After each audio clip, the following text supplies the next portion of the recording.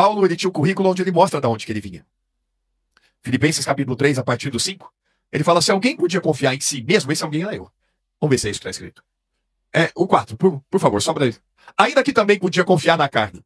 Se algum outro cuida que pode confiar na carne, ainda mais eu. Paulo tinha uma linguagem que ele falava isso, eu sou o principal dos pecadores. Se alguém podia confiar, era eu.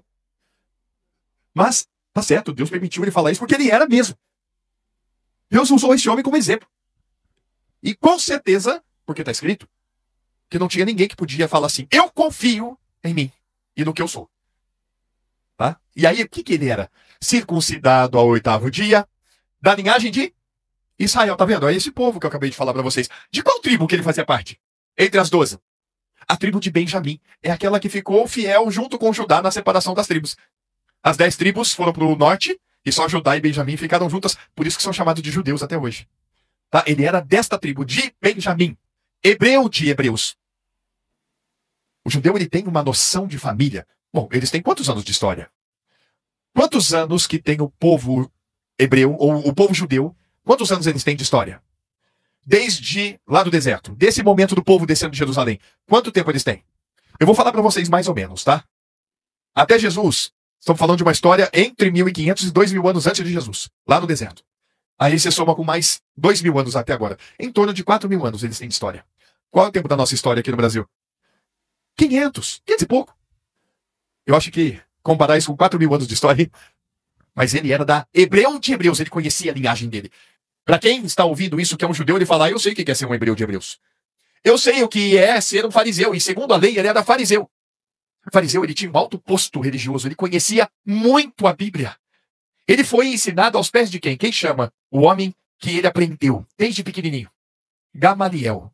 Gamaliel, para quem não entende quem é Gamaliel, eu vou falar assim, ele é mais ou menos exatamente como Nicodemos foi, um príncipe dos judeus. Tá? Gamaliel era um homem extremamente respeitado. Ele aprendeu. Paulo era tão esforçado que ele, diante dos mais velhos, dava aula dos mais velhos, que é uma coisa que na comunidade judaica isso não é muito comum. Os mais velhos são os mais experientes e mais respeitados. Para alguém mais novo falar, opa, ele tem que ter muita autoridade, e Paulo tinha. E agora, olha só. Segundo o zelo, ele foi perseguidor da igreja. Mas espera, o que significa isso? Segundo o zelo de quê para ser perseguidor da igreja? Segundo a lei, ele conhecia a lei de Moisés. E você sabe o que foi acusado Jesus? De quebrar a lei de Moisés. Por isso que, segundo o zelo, ele perseguiu Jesus. Esse homem veio invalidar a tradição da lei mosaica, da Torá, do Moshia. Ele veio invalidar isso. Ele cura em sábado. Ele fez coisas que para os ortodoxos foi extremamente gritante. E por isso que mandaram, então, crucificá-lo. Este transgrediu a lei, rasgavam as vestes. Este transgrediu a lei de Moisés. Por isso que, segundo o zelo da lei de Moisés, ele perseguiu a igreja e todos aqueles que criam em Jesus. Segundo a justiça que há na lei, ele era irrepreensível. E aí ele falou assim, o texto que nós lemos, Romanos 10:1. Irmãos, agora ele era da família de Deus, do corpo de Cristo. Ele estava falando para a igreja de Roma. Meus irmãos, sabe o que eu faço pelos da minha nação? Pela minha família, sabe o que eu faço por eles? Eu peço a Deus para que eles sejam salvos. Porque eu fui salvo. Mas eles ainda estão debaixo da lei. Eles não querem a graça de Deus. Eles acham que eles têm que seguir a lei de Moisés. Eles acham que eles têm que ser circuncidados e seguir a lei de Moisés à risca. Porque assim eles vão entrar no céu. Não é.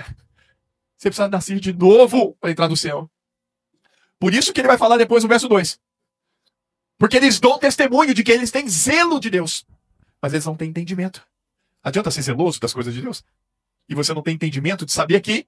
Olha o versículo seguinte. Porquanto, não conhecendo a justiça de Deus e procurando estabelecer a sua própria justiça, não se sujeitaram à justiça de Deus. Qual que é a justiça de Deus, amados? É o Evangelho, porque no Evangelho se descobre a justiça de Deus de fé e fé.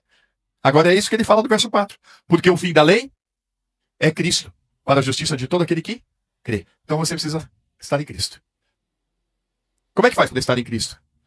Ele te atraiu do corpo dele, João 12:32, amados. Oh, promessa! Ele, quando foi levantado da terra, atraiu todos nós do corpo dele. Ele nos levou com ele para a cruz. Pela fé. Espiritualmente falando. E verdadeiramente falando, você pode dizer, quando Deus te abrir o entendimento, que você foi crucificado com Cristo.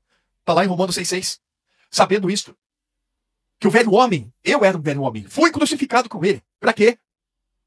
Para que o pecado que estava em mim, aquele pecado que entrou em Adão e passou a mim, a você, fosse destruído. Para que não sirvamos ao pecado como escravos. E olha que tremendo agora, o verso 8, o verso 7.